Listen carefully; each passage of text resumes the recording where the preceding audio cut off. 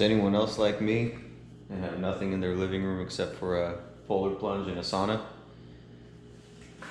I want to show you guys what I think is the best sauna on the market, and it costs less than $500.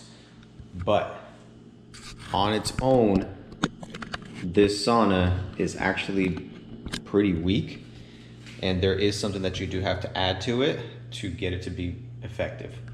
And all that adder is this little lamp right here. So that's a heat lamp. The bulb itself is $10, and the casing is about $15 to $20. So you're looking at about $30 for this adder. It clamps right on to the interior of the sauna. I've never had it fallen off. And then it just routes right through here and it ends up connecting to the outlet. So all I do is turn this thing on. It's automatically set to 140 degrees for 60 minutes. Now I'm about to turn into Niagara Falls in there. So I'm gonna set down this towel to absorb all the sweat that I'm about to produce.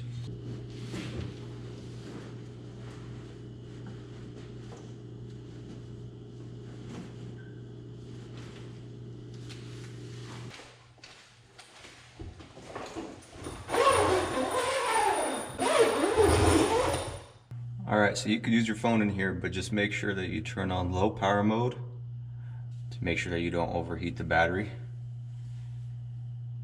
I've been in here for about 3 minutes, already starting to feel the heat. Not starting to sweat yet. Okay, so I've been in here for a little less than 20 minutes, and as you can see, or if you can see, I'm absolutely drenched.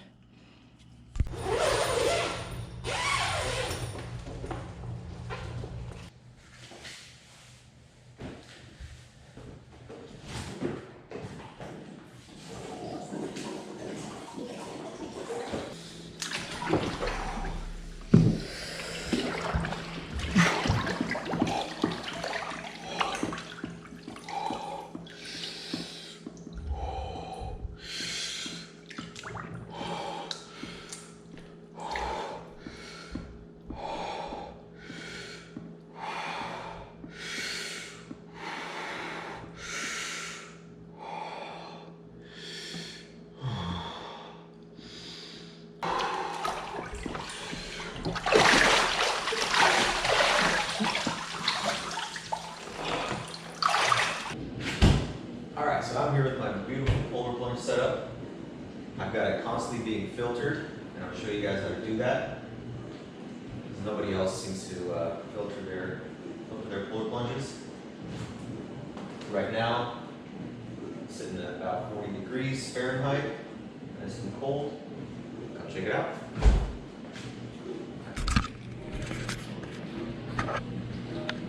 Alright, so what I have here is actually an aquarium filter, a Fluval FX4. Now this filters about, I think it's 700 gallons an hour. So it's constantly filtering the water that's in here. Right here is where it absorbs it, and then it pushes it out right there. I've also got 2 submerged pumps, which I realized one is more than enough. And I have this ozone generator, which I was recommended. Now, this thing works, but you can only have it run up to 30 minutes. And the problem that I've found is it's maybe just a little too small. That's where the ozone runs from. It might just be a little too small for sanitizing this amount of water, but it does the job. And one mistake that I did make I did seal it first with a JB water weld, all down there. And then I kind of ran out once I got up to the water line where the water line is now. And so I went and picked up some Flex Seal instead, and then layered the rest of it with Flex Seal because it was easier to seal with that. However, this Flex Seal is constantly coming apart. So it's always coming right off.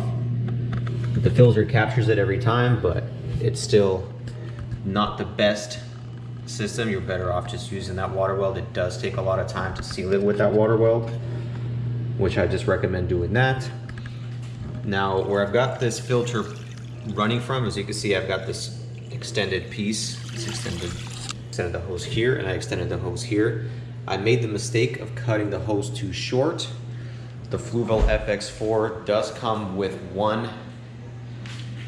just one tube, one long tube, and you need to measure it and cut it exactly where it needs to go. Well, I made the mistake of cutting it short here and then using the rest here, then cutting the rest off, where I maybe wasted about 2 or 3 feet of this tubing and had to extend it, because in order for this filter to work, this does need to be submerged in the water. So otherwise, as soon as it stays up out of the water for a good amount of period of time, it will lose pressure, and then it won't filter. So you do need it. You do want to use the full or the entire hose that it gives you. Measure it short here. So here I have the in running right into here, and then I have the out pushing all the water out right here. Now, all I did was I just drilled a 1-inch hole here, and then a 1-inch hole there, as well as a 1-inch hole here, to run the 2 submersed water pumps to keep the water flowing from the bottom. Now, like I said, you could just use the one. You could just use one and then constantly move it. But the way that I have it set up right now is it's constantly pushing the water from the bottom up to the top for it to be absorbed and then cycle through that filter. That filter, in about an hour, once I fill it up, within an hour, it's got the water crystal clear, and it's got it filtering out. It's good to have a filter like this, especially if you are using it the way I'm using it. I get in the sauna first, and then I jump in the polar plunge after. It's not how I do it every day, but I will do that pretty frequently, and I do want a filter that will filter all that sweat out of the water and keep it clean, so I can keep the same water in here for 2 to 3 weeks at a time.